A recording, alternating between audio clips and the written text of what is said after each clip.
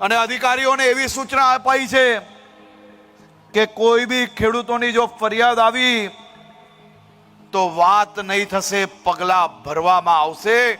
ખેડૂતોના ખાતામાં ડાયરેક્ટ રૂપિયા જમા કરાવવાનો નિર્ણય લેવામાં આવ્યો છે. ગુજરાતમાં માવઠું પડ્યું. માવઠા પછી ખેડૂતોની પરિસ્થિતિ સરકારે જોઈ અને પછી રાહત પેકેજની જાહેરાત કરી. જેમ જ રાહત પેકેજની જાહેરાત થઈ એના પછી સૌથી પહેલો પ્રશ્ન એ થયો કે પેકેજની જાહેરાત પછી જેટલા પૈસા આપવાની વાત કરી છે ખેડૂતોના ખાતા સુધી કેવી રીતના પહોંચશે અને ખરેખર પહોંચશે કે કેમ? કારણ કે આવી જાહેરાતો તો અનેકવાર કરવામાં આવી છે. બધા જ પ્રશ્નો વિપક્ષોએ ઉઠાવ્યા અને પછી જવાબમાં સરકારે એવું કહ્યું કે બધા જ રજીસ્ટ્રેશન થશે, સર્વે તો થયેલા જ છે, જે સર્વે નથી થયા એ લોકોને પણ હેક્ટર દીઠ પૈસા આપવામાં આવશે.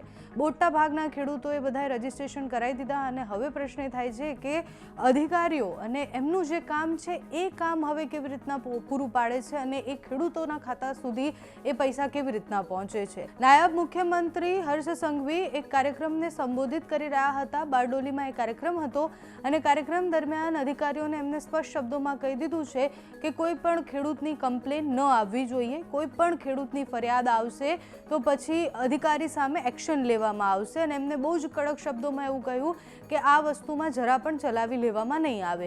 ખેડૂતોની ફરિયાદ હોય કે ખેડૂતોની અત્યારની જે પરિસ્થિતિ છે એમને જલ્દીથી જલ્દી એમના ખાતા સુધી પૈસા પહોંચે એના માટે સરકાર બધું જ કરવા તૈયાર છે અને અધિકારીઓએ પણ એ યાદ રાખવું પડશે કે કોઈ પણ ખેડૂત હેરાન ન થવા જોઈએ. અત્યારે નાયબ મુખ્યમંત્રી હર્ષ સંઘવી શું કહી રહ્યા છે બારડોલીથી તે સાંભળો તમે. ગુજરાતમાં અચાનક ભારે વરસાદ પડે, આપણે સૌ લોકો જાણીએ છીએ કે આપણા કોઈના હાથમાં નથી.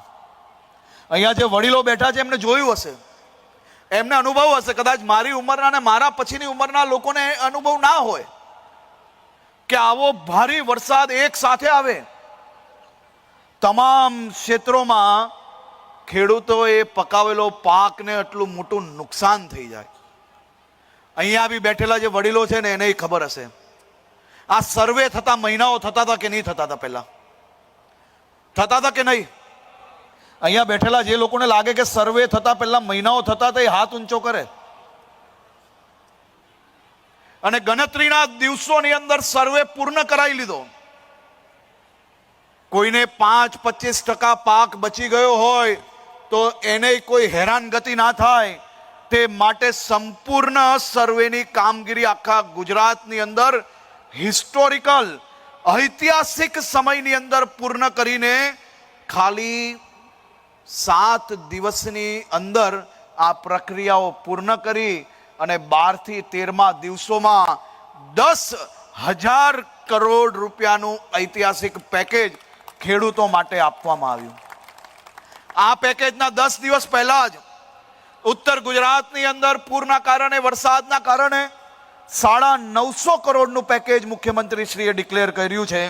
અને કોઈ જગ્યા પર ખેડૂતોએ ક્યાંય લાઈનમાં ના ઊભું રહેવું પડે એ પ્રકારની વ્યવસ્થાઓ કરવાની સૂચના આપવામાં આવી છે.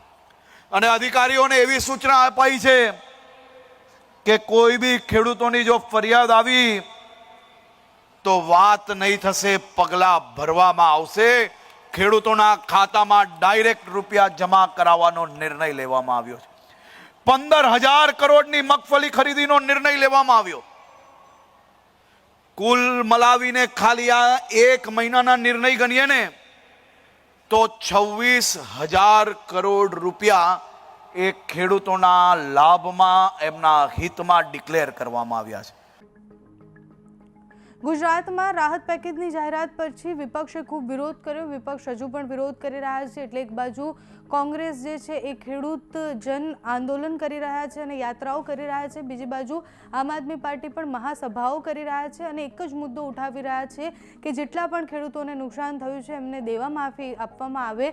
22,000 રૂપિયા હેક્ટર દીઠ એમને પોસાય એમ જ નથી. 3500 રૂપિયા 1 વીઘા પ્રમાણે થતા હોય છે અને ખેડૂતોનો ખર્ચો એનાથી 3 અને 4 ગણો છે. આ પરિસ્થિતિમાં ખેડૂતો કેવી રીતના બહાર નીકળશે ખબર નથી, પણ જે જાહેરાત કરવામાં આવી છે એ પણ ખેડૂતો સુધી પહોંચી જાય તો ઘણી સારી વાત છે. તમારું આ વિષય પર હર્ષ સંઘવીએ જે કહ્યું એના ઉપર શું માનવું છે અમને કમેન્ટ્સમાં જણાવજો. અત્યારે આ વિડીયોમાં બસ આટલું. જો તમે અમને યુટ્યુબ પર જોઈ રહ્યા હોય તો સબસ્ક્રાઇબ કરજો, ફેસબુક પર જોઈ રહ્યા હોય તો ફોલો કરજો, અમારા વિડીયોને લાઇક અને શેર કરજો.